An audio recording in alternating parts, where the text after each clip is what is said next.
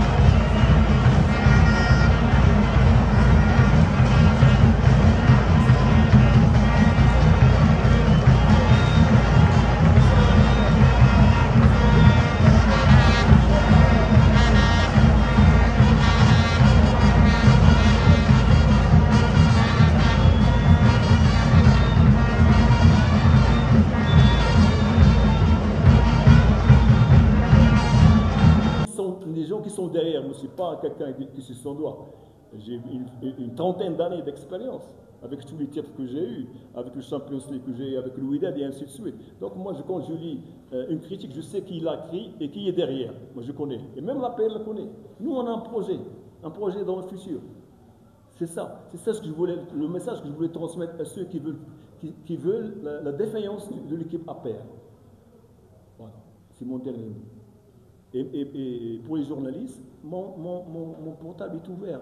Si vous avez besoin des nouvelles de l'APR, d'un autre projet, vous êtes les bienvenus. Il y a des journalistes qui viennent chez nous, on les accueille. C'est welcome. Mais attaquer l'APR, le coach, le staff, le président derrière, on sait qu'ils sont derrière. Moi, je le sais, tout le monde le sait. Toute la presse connaît ça. Donc nous, on a d'ailleurs, moi, je ne vois pas les critiques. Moi, j'ai confiance dans ma compétence, dans mon staff, dans mes joueurs et dans mes dirigeants.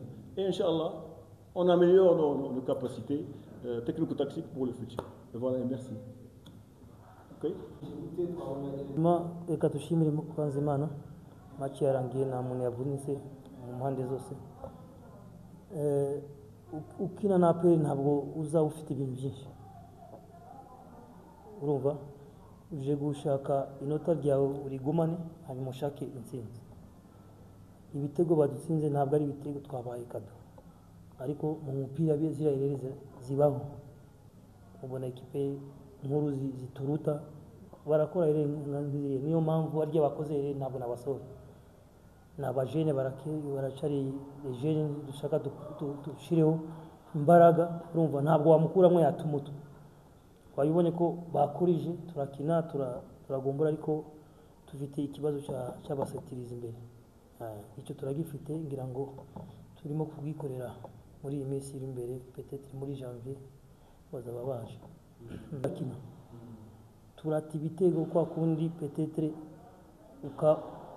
umuntu afite gardien yateye hanze ayiteye mu maboko kandi muri tizi nibyo dukora wakora iki peut-être ni igene y'Imana reka tupasiyane mu mpira buriya ikintu cya mbere nuko ikipe ikina yasikira kina mubibonye niko yakinaga oya okay sasa ibyo bibaye neza no muri janvier imana tana ntabwo twategereza muri janvier nk'umutoza ni ushaka indi strategy niba abandi tuzakoresha paka janvier igeze urumva tuzapusa tuba motive nta kindi twakora kuko umuntu afite peut-être niveau kanaka urumva ntabwo wavuga ngo ni entraînement zituma azamura urwego urumva arayibona ntatsinde peut-être hari umunsi zinjira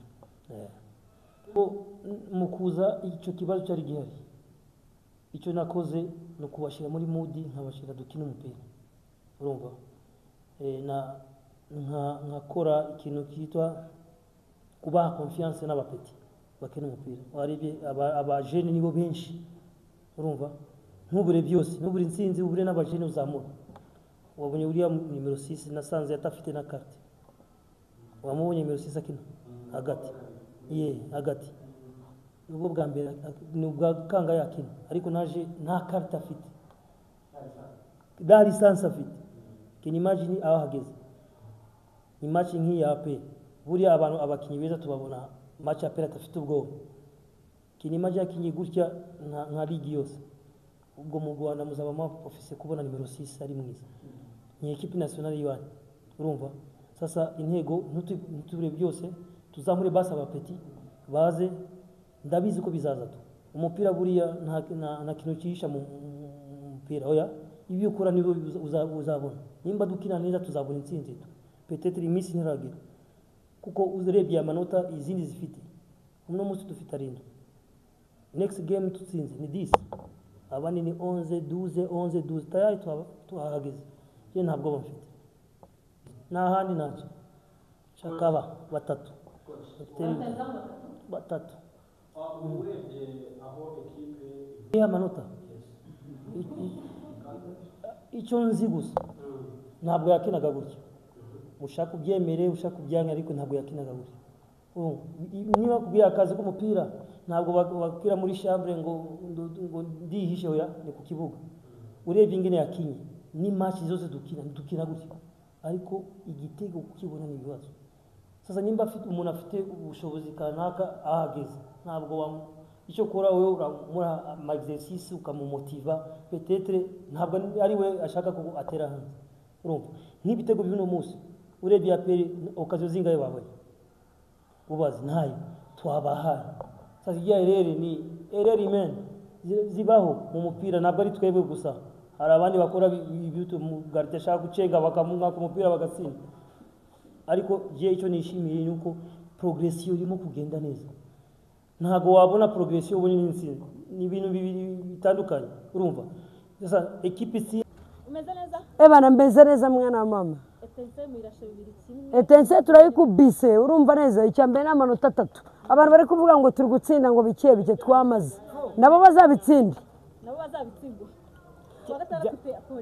ira polisi nono ira turayikubita ira imenye nahene byuba polisi rero imeze nka Rayon Sport polisi imenye inyanya z'abapfakazi imenye inyanya z'abagore nayo rero ifite umuvumo ira turayiramba kuvuga ngo ifite umuvumo wa Rayon Sport ari inka y'umwambi irangije ifata amahembe yatano mu ishyamba maze imyaka 300 ndi guhiga rino hembe naribonye uyu munsi hari umukecuru iri hembe nari ku Nyanza mu ishyamba aho bagaritse inka y'umwami yabahaye umwami yabahaye inka aravugira ati mukinye neza muranshimishije mufate ino nka mugere mujye mugaburira abana amata barangije abareyo bageze mu ishyamba bigira inama yo kwigambanira baravuga ati mureke tuyigabagabane n'ubundi umwami tuzongera tumushimisha duhindi kuko umwami yarageze igihe cyo gutamba ahita apfa umwami ngaratamba nagapfa niko njya mbyumva mu Kinyarwanda niyo mpamvu rero Rayon Sport ikibara kugabana ino nka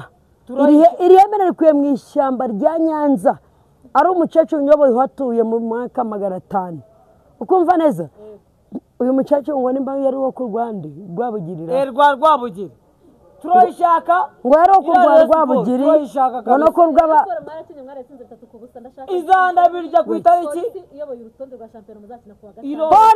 urutonde kugenda polisi polisi uriya ni imyizanyo yicayeho yesa uriya mwanya wicayeho ku bw'imyizanyo na Kiyovu yawicaye uvaho bro Ramazani yarabivuga umva mubwiye ko na Kiyovu yawicaye uvaho ndakubwira ngo na polisi rero uriya mwanya si uwayo tuzayereka aho igomba kubarizwa kuwa gatandatu.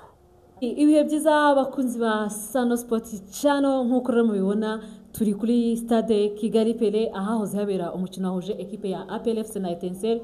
Ni umukino urangiye ari ibitego 2-1, umukino navuga ko nyine utaranzwemo n'amaxime menshi cyangwa se n'ibintu byinshi ku mpande zombi, kiretse wenda kuba equipe ya APR FC yabaye nziza mu gice cya mbere igashakamo ibitego 2 ikabona intsinzi hakiri kare.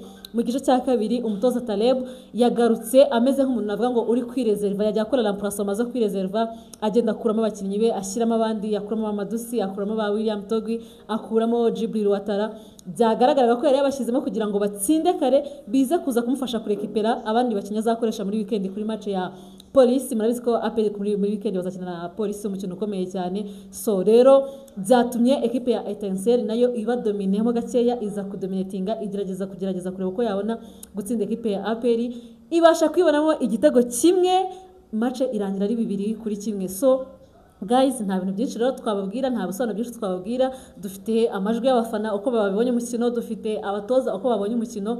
Umutoza Taleb nabonye warakaye cyane, wagarutse ku itangazamakuru cyane avuga ko dukritika cyane, tudatanga umwanya wo gutegura, donc tumeze nk'abantu bubakira ibintu byacu kuri pressure ngo niyo mpamvu bitaramba.